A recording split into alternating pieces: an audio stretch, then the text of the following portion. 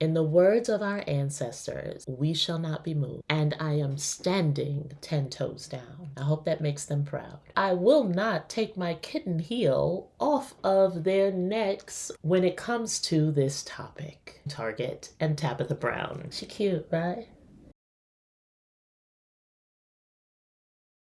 Hey y'all, hey y'all, hey y'all. Welcome to those who are new, and welcome back to those who aren't. However this finds you, I hope it finds you well.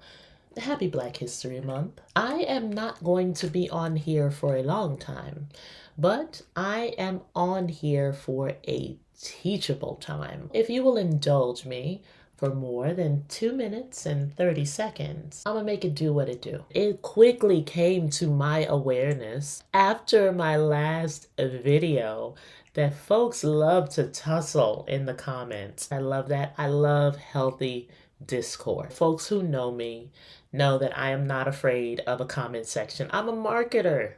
The comment section is gold. I must warn you, I am doubling down, and I will not take my kitten heel off of their necks when it comes to this topic. It's cute, right? She cute, right? I have not changed my mind, and I'm going to tell you why. I wanted to address 3 pillars that came as a result of the last video that I did regarding boycotting Target and Tabitha Brown. 1, me being a hater. 2, what makes me credentialed to talk about this. And 3, a little bit of a history lesson. So let's start with the easy-ish first. Me being a hater. Y'all, when did the terminology for what a hater is get misunderstood? It's kind of like woke. It was co-opted by somebody somewhere and people ran with it.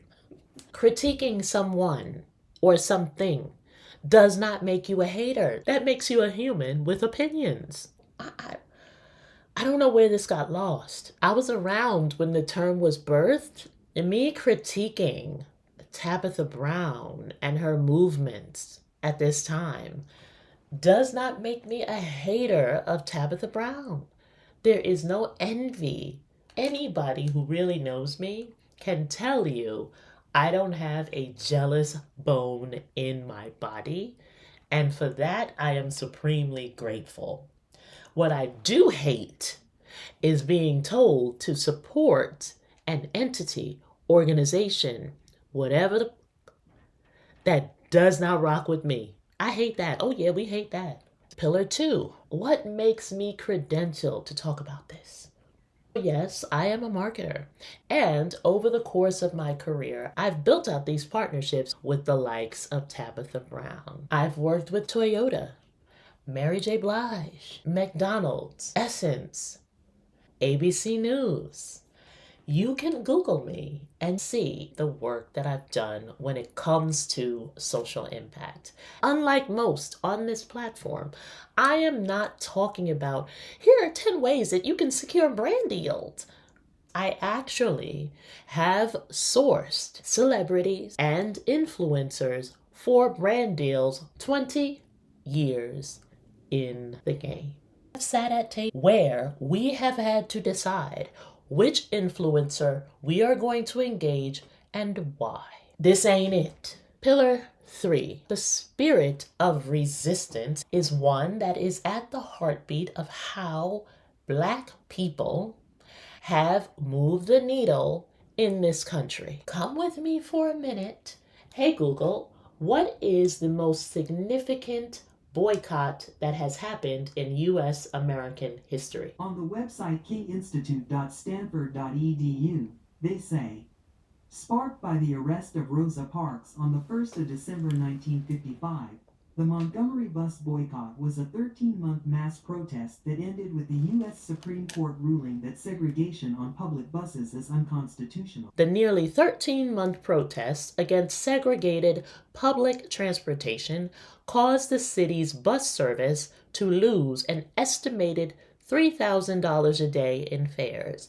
Black people made up about 75% of public transportation riders. Do you all think that Black people at that time didn't have jobs to go to on that bus? That Black people at that time didn't have children to pick up by way of that bus? That Black folks were not working for, involved in that public transportation system. To date, that is the most significant boycott to occur in U.S. history. That is the spirit of our ancestors. So please don't come and talk to me or tell me nothing about being inconvenienced because you can't go to Target to buy a hair product that Tabitha Brown is selling.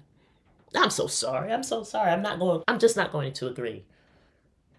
Yeah, the algorithm agrees with me. Now, class, another quick lesson. How many of you are familiar with Operation Breadbasket? According to Wikipedia, Operation Breadbasket was an organization dedicated to improving the economic conditions of Black communities across the United States. Operation Breadbasket was launched on February 11, 1966, under the leadership of Jesse Jackson, begun in 1962 by the Southern Christian Leadership Conference that aimed at improving the economic status of African Americans through a boycott of white-owned and white-operated businesses that refused to employ African Americans or to buy products sold by African American-owned. The group obtained employment statistics for industries selling their products in Black communities, and if these statistics demonstrated that Blacks were underemployed or restricted to menial positions, ministers from Operation Bread asked the company to negotiate a more equitable employment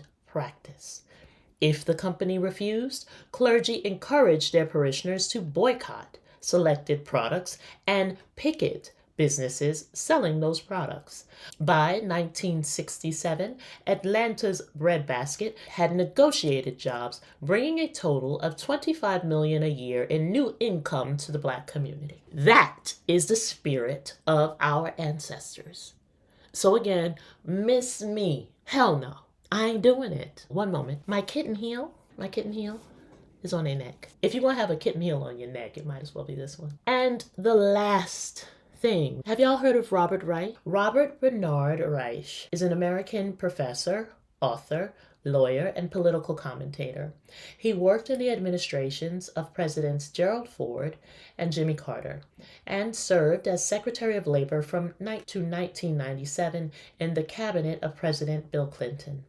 He was also a member of President Barack Obama's Economic Transition Advisory Board. Professor Reich is well qualified to speak on topics such as these. He has his program on YouTube talking about issues as they happen in real time. He is trusted, and he's coming with the background of what I've already shared with you. Robert spoke on boycotts just yesterday.